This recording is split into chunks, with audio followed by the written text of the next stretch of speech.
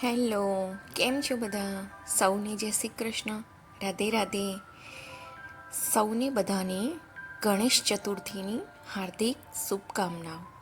ગણપતિ દાદા મારા બધા જ સબસ્ક્રાઈબર અને વિડીયો વ્યુઅરના જીવનમાં ખુશિયા આપે એવી એમને પ્રાર્થના. જે ગણેશ ચતુર્થી છે તો એમના માટે ચૂરમાના લાડુ તો બને જ. તો આજે મિત્રો આપણે ચૂરમાના લાડુ બનાવવાના છીએ. એ પણ એકદમ ઇઝી રીતે બનાવીશું અને ખૂબ જ ટેસ્ટી લાગશે અને ઘણા લાંબા સમય એટલે કે 4 થી 5 દિવસ સુધી એવા ને એવા રહેશે. જરા પણ કડક નહીં બને, સોફ્ટના સોફ્ટ જ રહેશે. તો આપણે થોડીક નાની નાની વાતો છે જે હું તમને આ વિડીયોમાં શેર કરીશ. તો ચાલો આપણે બનાવવાની શરૂઆત કરી લઈએ. તો એના માટે મેં ઘઉંનો કરકરો લોટ લીધેલો છે, 2 બાઉલ જેટલો. આપણે આજે વાટકીના કે બાઉલના માપથી બનાવીશું. તો જે આપણા નવા હોય રસોઈ બનાવતા હોય તો એમને ઇઝી પડે. તો 2 વાટકી કે 2 બાઉલ જે લોટ લીધેલો છે એની સામે આપણે ઘીનું મોણ નાખીશું. આપણે તેલનું મોણ નહીં નાખીશું. તો લગભગ 3 ચમચી જેટલું, મોટી 3 ચમચી જેટલું આપણે ઘીનું મોણ લઈ લઈશું, 3 થી 3.5 ચમચી જેટલું. હવે ઘીનું મોણ નાખ્યા પછી આપણે આ લોટને બરાબર મસળી લેવાનો છે. એના બધા જ પાર્ટિકલ્સ સુધી ઘી લાગી જાય એ પ્રમાણે આપણે સરસ રીતે આને મસળવાનો છે. અને પછી મસળી દીધા પછી આપણે ગરમ પાણીથી આનો લોટ બાંધવાનો છે. ગરમ થોડુંક હૂંફાળું લેવાનું છે, તમે એને સહન કરી શકો તેટલું. અને ધીરે ધીરે કરીને તમારે ભાખરી જેવો કડક લોટ બાંધવાનો છે. સરસ રીતે થોડું પાણી નાખીને લોટ બાંધી જવાનો છે. જો તમે આવું થોડું ધ્યાન રાખશો લાડુ બનાવતી વખતે તો તમારા લાડુ ક્યારે પણ ચીકણા નહીં બને અને સરસ જ બનશે. તો સરસ રીતે મેં ઘીમાં આવો ધાબો દઈ દીધેલો છે. હવે આપણે ગરમ પાણી નાખીશું થોડું કરીને અને આપણે ધીરે ધીરે લોટ બાંધી દઈશું. મુઠિયા માટેનો આપણે કડક સરસ લોટ બાંધવાનો છે. તો આપણે ધીરે ધીરે લોટ બાંધી દઈએ. હવે લોટને તમારે હાથથી પ્રેસ કરી જવાનો છે અને સરસ રીતે બાંધી જવાનું છે. અત્યારે આપણે 2 બાઉલ જેટલો ભાખરીનો કે મીન્સ કે જાડો લોટ લીધેલો હતો. તો એમાં આપણે 3 મોટી ચમચી જેટલું ઘીનું મોણ નાખેલું હતું અને 2 બાઉલની સામે આપણે 1 બાઉલ જેટલો ગોળ લીધેલો છે. તો આપણે આ માપ પ્રમાણે અત્યારે લાડુ બનાવીશું. જો તમારે વધારે બનાવવા હોય તો આ માપ ડબલ કરી દેવાનું અને આ રીતે બનાવશો તો તમારા લાડુ ખરેખર રસોઈયા બનાવે છે એવા સેમ બનશે. જરા પણ કડક નહીં બને, ચીકણા પણ નહીં બને.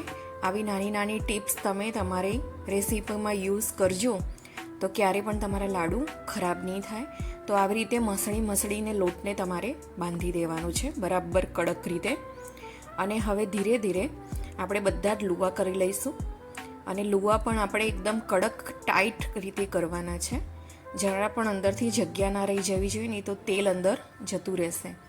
તો આવી રીતે આપણે મુઠિયા બધા જ વાળી લઈશું. આપણે અત્યારે 2 વાટકી જેટલો લોટ લીધેલો તો આમાંથી 9 થી 10 જેટલા મુઠિયા તૈયાર થઈ જશે.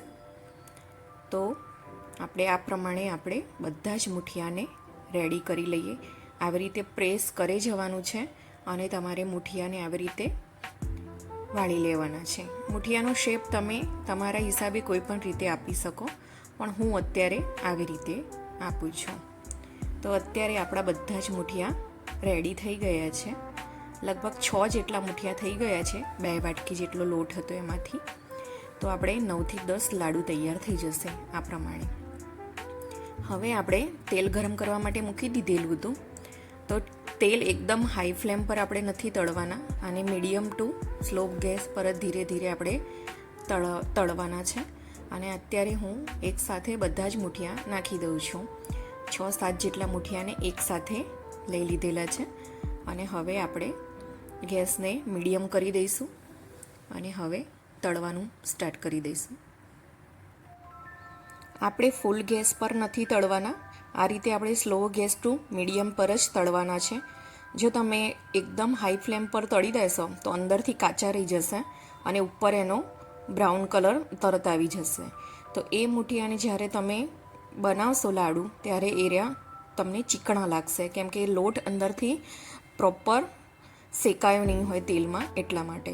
તો આપણે મીડિયમ ગેસ પર જ તળી લઈશું બધા જ આપણે આ રીતે. તો જુઓ, આ રીતે સરસ રીતે તમારે તળી લેવાના છે. આવી રીતે બ્રાઉન કલર જેવો આવી ગયો છે, ગોલ્ડન બ્રાઉન જેવો. તો હવે આપણે બધા જ મૂઠિયાને કાઢી લઈશું. હવે આ સ્ટેજ પર આપણે બધા મૂઠિયાને એકસાથે લઈ લઈશું ઝારામાં, અને ઝારામાં જ બધું તેલ આપણે નીતરવા દઈશું. આવી રીતે મૂઠિયા તળતા તમને લગભગ 6 થી 7 મિનિટ જેટલો સમય લાગશે મીડિયમ ફ્લેમ પર. અને આ મૂઠિયાને તમારે ટોટલી ઠંડા કરી દેવાના છે, એટલા માટે મેં આવા પીસ કરી દીધા હતા. લગભગ 15 મિનિટ થઈ ગયું હતું, બધા જ મૂઠિયા ઠંડા થઈ ગયા છે. હવે આપણે મિક્સરના જારમાં લઈ લઈશું અને એને ક્રશ કરી લઈશું મિક્સરમાં. એકદમ ફાઇન તમારે ક્રશ કરી દેવાના છે. પછી આપણે ચાળણીમાં આ રીતે ચાળી લેવાનું છે.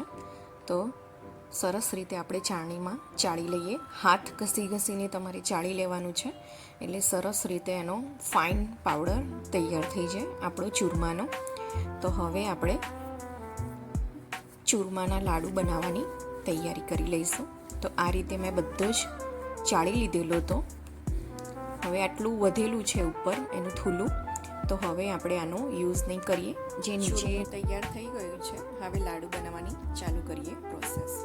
તો એના માટે જે આપણે 1 બાઉલ જેવું ઘી લીધેલું, એમાંથી આપણે 3 ચમચી જેવું પહેલાં જ લોટની અંદર જ નાખેલું હતું ચૂરમું બનાવવા માટે. હવે આપણે 2 ચમચી જેવું ઘી લઈને આ બધા જ ડ્રાયફ્રૂટને આપણે સાંતળી લઈશું. ડ્રાયફ્રૂટ નાખવા ઓપ્શનલ છે, જો તમારે નાખવા હોય તો નાખી શકો છો, પણ મેં અત્યારે યુઝ કરે છે. તો મેં કાજુ લીધેલા છે, બદામ છે, પિસ્તા છે અને દ્રાક્ષ લીધેલી છે. આને આપણે અડધી 1 મિનિટ માટે સાંતળી લઈશું ઘીમાં. ઘીમાં સતળાઈ જાય પછી આપણે એને કાઢીને જે આપણું જે ચૂરમું આપણે રેડી કર્યું હતું, આપણે એમાં જ અત્યારે નાખી દઈશું. અને આ જે ઘી વધ્યું છે, આપણે એ જ ઘીમાં ચણાનો લોટ શેકવાનો છે. તો અત્યારે મેં 2 વાટકી ઘઉંનો લોટ લીધેલો હતો જાડો, એની સામે 2 ચમચી જેટલો ચણાનો લોટ લીધેલો છે. એને બરાબર પહેલાં આ રીતે શેકી લેવાનો છે. શેકીને આપણે જ ચૂરમામાં નાખવાનો છે. ચણાનો લોટ નાખવાથી જે ચૂરમાના લાડુ છે એની બાઇન્ડિંગ ખૂબ સરસ આવે છે અને ટેસ્ટ પણ ખૂબ સારું લાગે છે. તો ચણાનો લોટ શેકાઈ ગયો હતો, તો પછી મેં એમાં 2 ચમચી જેટલો રવો નાખેલો છે. રવો અથવા સૂજી તમે કોઈ પણ લઈ શકો છો. મેં અત્યારે રવો લીધેલો છે. તો લગભગ બધું 1.5-2 મિનિટમાં શેકાઈ ગયું હતું. તો હવે આ બધું આપણે ચૂરમાના અંદર ટ્રાન્સફર કરી દઈશું અને ઠંડુ થવા દઈશું.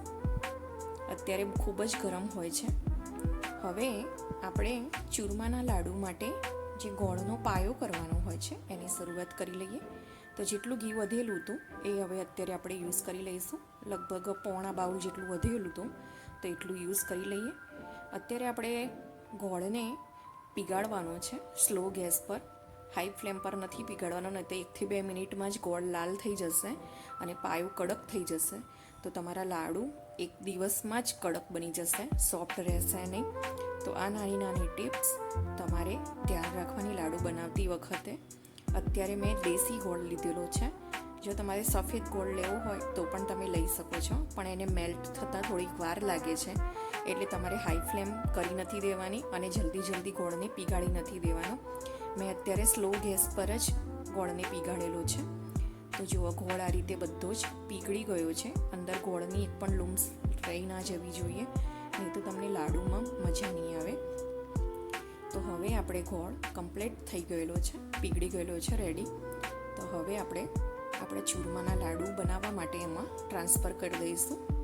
આવી રીતે બધો જ ગોળનો પાયો આપણે લઈ લઈશું. અને અત્યારે આ બધું મિક્સર ખૂબ જ ગરમ છે, એટલે આપણે હાથથી નથી અડાડવાનું.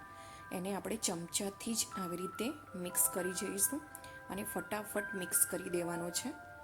ધીરે ધીરે નહીં, ફટાફટ આપણે આ રીતે બધું જ મિક્સરને મિક્સ કરી લેવાનું છે. અને થોડુંક આપણે સહન કરી શકીએ એટલું ઠંડુ થાય ત્યારે આપણે આના લાડુ બનાવવાની શરૂઆત કરી દઈશું. અત્યારે થોડુંક ઠંડુ થઈ ગયેલું છે તો આપણે લાડુ બનાવી દઈએ. તો ધીરે ધીરે આપણે દબાવીને લાડુ બનાવવાના છે. પોચા રહી ના જવા જોઈએ, નહીં તો 2-3 દિવસમાં જ લાડુ તમારા છૂટી જાય. આવી રીતે સરસ રીતે તમારે દાબી જવાના છે અને બનાવી જવાના છે. ઘણા કેટલાક લોકોને લાડુ એમના ચીકણા થઈ જતા હોય છે, તો એનું એક રીઝન હોય છે કે જ્યારે તમે મુઠિયાને તળ્યા પછી ક્રશ કરવા જાઓ છો ત્યારે બહુ જ ગરમ હોય, તો તમે ગરમમાં એને ક્રશ કરી કાઢો તો પણ એમાં તમારા લાડુ ચીકણા થઈ જતા હોય છે. પછી જો તમે તળતી વખતે હાઈ ફ્લેમ કરેલી હોય તો લોટ અંદરથી કાચો રહી જાય તો પણ તમારા લાડુ ચીકણા થઈ જતા હોય છે. પછી કોઈ વાર લાડુ તમારા એક દિવસ પછી બીજા દિવસે કડક થઈ જાય છે, તો એના માટે તમે જો ગોળને વધારે કૂક કરી દીધો હોય તો પણ તમારા લાડુ એવી રીતે કડક બની જાય છે. તો આપણે આ નાની નાની ટિપ્સનું ધ્યાન રાખીશું. જો તમને મારો વિડીયો ગમ્યો હોય તો મારી ચેનલને લાઈક કરજો, શેર કરજો, સબસ્ક્રાઈબ કરજો.